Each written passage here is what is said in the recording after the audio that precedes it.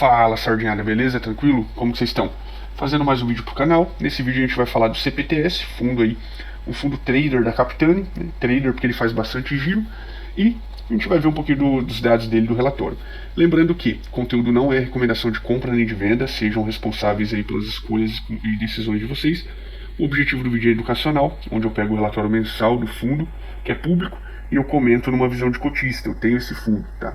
Então, essa é a ideia do vídeo. Aproveita aí, ajuda o nosso canal, se inscreve, curte, compartilha, deixa um like, manda um comentário, manda para um amigo, manda para o inimigo. Dá uma forcinha pro Sardinha crescer um pouquinho esse canal aqui, chegar a alcançar mais pessoas, beleza?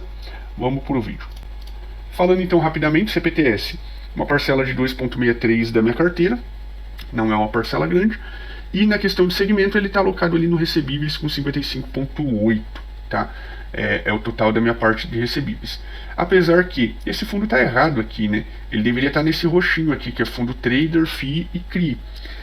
Hoje só o Iridium está aqui, né? Era para estar o Iridium e CPTS aqui, reduzindo ainda mais minha parcela aqui de recebíveis. Tá? Mas a carteira bem diversificada. Falando de indicadores, volta. Falando de indicadores então, o VP por cota do fundo é o único item aí que eu marquei como pontinho de atenção, né? Ele caiu mais um pouco. Esse fundo ele só sofre um pouco mais aí de repente que os normais, né? Ou não, depende muito do momento, mas nesse momento está sofrendo mais, porque além da marcação ao mercado da carteira de CRI, ele também tem a desvalorização da carteira de FII, né? Ele tem uma parcela de quase 30% ali em FII, e se as cotas desses fundos caem, né, derruba também o VP por cota aqui, né? Então a gente fica atento aí para ver quando isso começa a ter uma retomada, tá? Preço sobre o VP ok, 0,89, não mudou. Dividend yield mensal de 0,71 para 0,95. Isso é tanto pelo aumento no rendimento, como também a cotação aqui que está bem amassada, né, para dar esse percentual. O caixa saiu de um patamar preocupante, 0,14 para 3,79. Apesar que é um fundo que tem alavancagem, né, então 3,79 não necessariamente é o ideal. Mas vamos acompanhando aí. Cotistas, de 202 mil para 207, aumentou bem. O resultado de 18 para 26 milhões, também aumentou bem. Despesas totais versus receita, de 10,5 para 7,19. 7,19 é um patamar bem ok para mim. Alavancagem de 10,68 para 11,34. Então, aqui é um ponto que já me chama um pouco de atenção. No relatório o fundo coloca ali o detalhamento da alavancagem, mas é algo que assim, eu para fundo de recebível, eu vejo que a alavancagem ela é boa quando ela antecipa ali uma emissão, né? Você vai, alavanca, já está com a emissão correndo, alavanca, aloca, quando cair todo o dinheiro e concluir a emissão, você vai, paga e pronto, acabou o assunto, né? É meio que para isso. Mas esse fundo aqui mantém uma continuidade da alavancagem, e vamos ver aqui o trabalho da gestão em cima disso. Ele não é concentrado, né? É bem diversificado.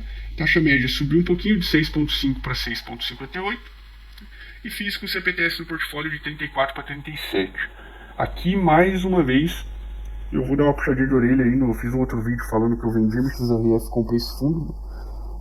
Teve uma pessoa assim, eu aceito muito bem as críticas e tal, mas eu estou batendo muito nessa tecla, não é nem para a pessoa ficar chateada e levar como uma ofensa, algo do tipo, tá? É realmente para mostrar que a gente tem que ver as coisas fora de qualquer bolha, né? O pessoal fica na bolha do MXRF e não enxerga fora dela, né? Então assim, aqui a gente está falando de um fundo onde 34 cotistas subiu para 37, é um volume muito alto.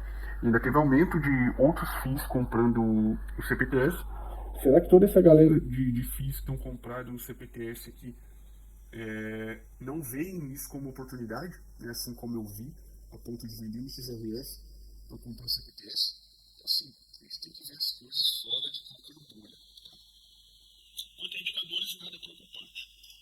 Falando então de retorno, o que reforça novamente esse ponto que eu falei da bolha, né, que a gente tem que ver a coisa por fora das bolhas. Aqui vou fazer primeiro o disclaimer, né? Tudo que for apresentado aqui embaixo de retorno não significa nada garantido daqui para frente. A gente não sabe quanto que o fundo vai distribuir, o que vem pela frente, tá? É todo um cenário hipotético calculado com dados passados, beleza? Então vamos lá. O VP por cota dele 87,82, valor de mercado 78,29. Isso dá um P sobre o VP de 0,89. Indica, teoricamente, que ele está com 11% de desconto na cota. Provento total desse fundo nos 12 meses nos últimos 12 meses, foi 11,30. Quando eu destrincho esses 12 meses aqui, eu chego nos seguintes indicadores matemáticos. A média, a moda e a mediana, 0,94, 1,10, 1,10. Tá? E aí o que eu faço com isso aqui? Né? Eu calculo essa média, moda e mediana sobre o valor de mercado atual. Né? Então, o que isso indica?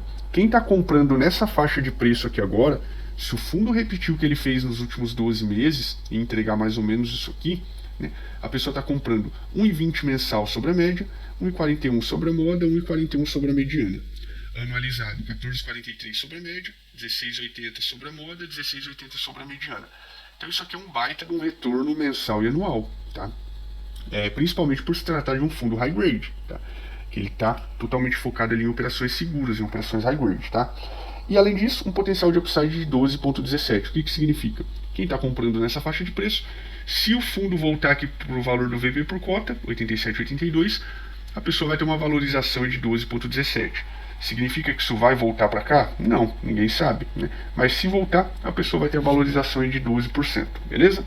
Esses são os retornos do fundo. Vamos dar uma pinceladinha então no relatório gerencial de janeiro de 2023. O relatório dele é muito extenso, então a gente vai passar sobre os pontos principais do relatório. Então, falando aqui rapidamente do relatório, tentar ser rápido, relatório de janeiro, né? Aqui a taxa, eu sempre falo da taxa, 0,10 mais 1,05, né? Valor de mercado, me agrada muito, esse item, valor de mercado aqui também, né? E não há performance, também me agrada muito isso aqui. O PL dele, 2,8 bi praticamente, né? Bem grande o fundo, quase 3 bi de patrimônio. Último rendimento, 0,75, dividendo anualizado de 12,22, calculando isso aqui sobre o valor de fechamento aqui da cota, tá? Aqui eu destaquei, né, que o fundo pretende manter a estratégia high grade, como eu comentei agora há pouco aqui, ele está bem focado no high grade, e a reciclagem de portfólio, ou seja, continuar girando mesmo e fazendo trade. Tá? Acreditamos que o CPTS possua uma carteira resiliente suficiente para passar por este momento sem percalços.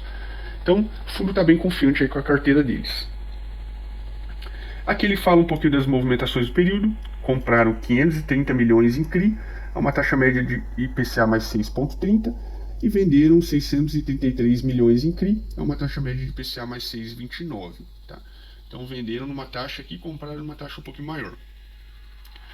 Resultado não realizado, que ele coloca tudo que está acruado, né? Não realizado com correção monetária da carteira de CRI, está em 5 milhões, ou seja, 16 centavos por cota, versus 3 milhões, 3,5 milhões, 11 centavos por cota do mês anterior. Né? Então aumentou aqui 5 centavos por cota de um mês para o outro. Resultado não realizado com cotas de FII em 31 de 1 de 2023, 36 milhões negativo, menos 1,13 por cota. Né? É um valor bem alto aqui negativo. O fundo realmente está sofrendo ali com a carteira de fundo imobiliário. Não consegue vender porque está tomando prejuízo, né? Não consegue girar pelo mesmo motivo, e aí fica nesse lenga-lenga aí para conseguir ciclar esse dinheiro.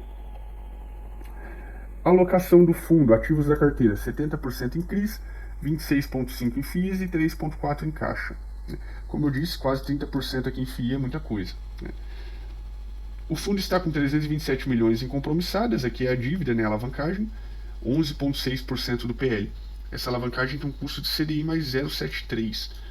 É uma alavancagem de certa forma cara, né, que o CDI está 13,75, mais 0,73, 14 e pouco por cento ao ano, né? Então uma alavancagem aqui um pouquinho puxada, né? A despesa de juros acumulada e não realizada com operações compromissadas está em menos 6,7 milhões, 0,21 por cota. Isso da parte de operação compromissada. Né? Carteira de crédito aqui não tem o que falar, carteira de FIIs aqui depois a gente vai ver, vamos descendo. O fundo coloca aqui uma tabela de sensibilidade, né? Eu vou ver só essa primeira, que para mim é a que faz mais sentido. Então, comprando nessa linha de preço aqui que o próprio fundo destacou, né? Que é quando estava ali em janeiro, né? Está comprando um retorno IPCA mais 9,82, deduzindo a taxa de ADM, IPCA líquido de 8,77. Né? É um bom número aqui do IPCA, né? Líquido. Aqui ele coloca uma parte de retorno histórico, ele coloca um detalhamento de operações que ele já fez. Não vou passar por nada disso aqui no vídeo, tá? No vídeo a gente vai falar pontos aí que são um pouquinho mais relevantes e não se aprofundar tanto ali em detalhes, tá? Aqui é a distribuição de dividendo do fundo, né? 2021 e 2022 foi um patamar bem bacana aqui, 12,18, 12,17. Bem que em 2023 podia chegar mais ou menos aqui no mesmo patamar, seria muito bom. Vamos acompanhando. Movimentações na carteira. Aqui ele coloca tudo que ele comprou, né? São operações com taxas bem ok, tá? Bem high grade mesmo, né? Ó, Vinci Logística, que é fundo que a gente tem inclusive, GSFI, que é fundo imobiliário, Grupo Mateus, empresa listada em bolsa. Então assim, Hypera, BTLG, que é fundo que a gente tem, Vinci Shoppings. Então assim, é tudo operação boa mesmo, por isso que são taxas mais baixas, né? Bem high grade mesmo. E as vendas que ele fez, aqui ele vendeu uma série de operações, né? E eu coloco aqui um destaque importante, ó. Tomou um prejuízo aqui de 0,9%, né? Quase 6 milhões aqui nessas vendas, beleza? Movimentação na carteira de FII. Aqui ele só fala compra e venda, não fala o resultado de cada operação aqui, então a gente vai ter que ver depois na DRI. Aqui, ó. Em fundo imobiliário, teve um prejuízo de 300 mil reais quase, e em negociação com CRI, um prejuízo de 3 milhões, né? É muita coisa, bem altinho aqui o prejuízo. Teve um resultado de 26,277 milhões, distribuiu 23, ou seja, guardou um pouquinho de reserva aí, tá?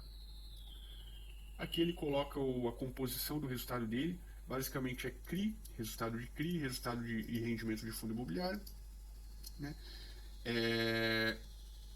Tem também ganho de capital de CRI aqui, é esse daqui, e rendimento de FII esse outro aqui, aparentemente é.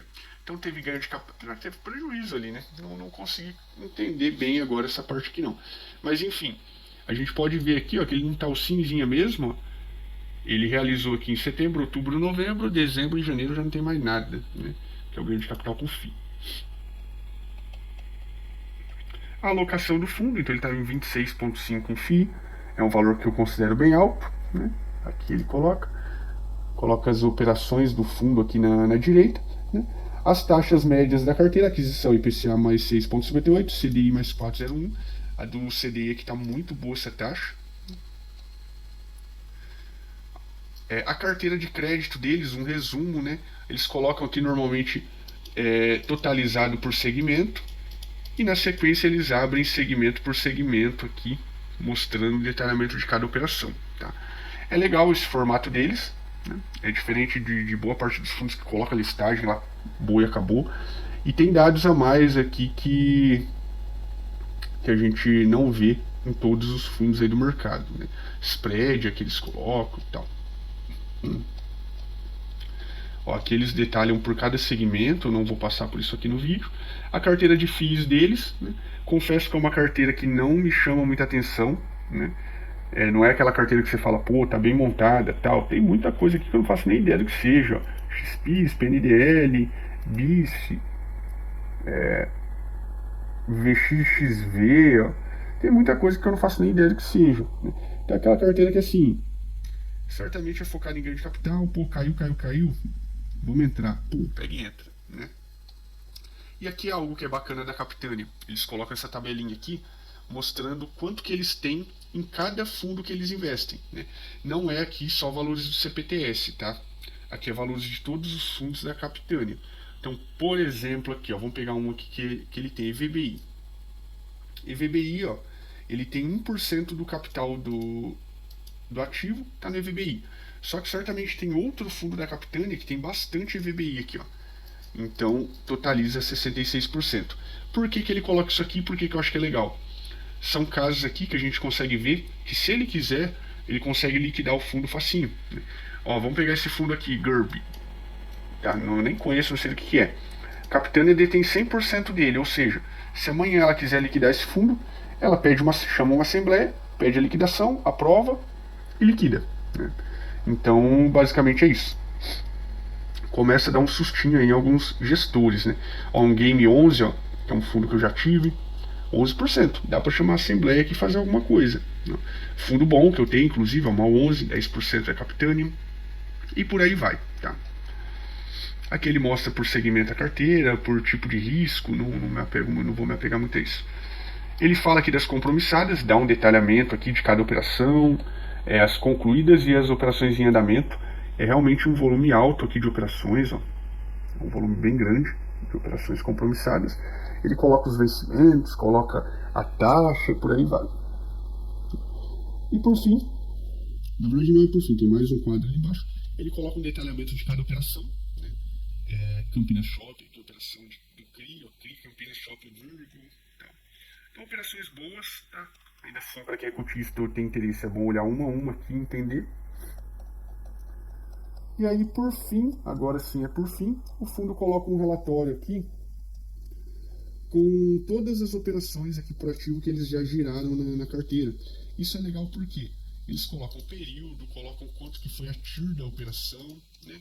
É bem semelhante àqueles relatórios de casa de análise, para quem já viu, que eles vão colocando o histórico de todas as operações que eles fizeram, quanto que teve de lucro, e por aí vai, né? Então aqui bem legal esse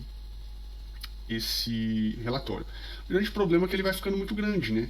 Ó, a gente tem aqui a operação em 2023 já, ó, mas ele vai ficando muito grande. Então, em algum momento, talvez seja interessante a Capitânia começar a remover os muito antigos e atualizando com os novos, né?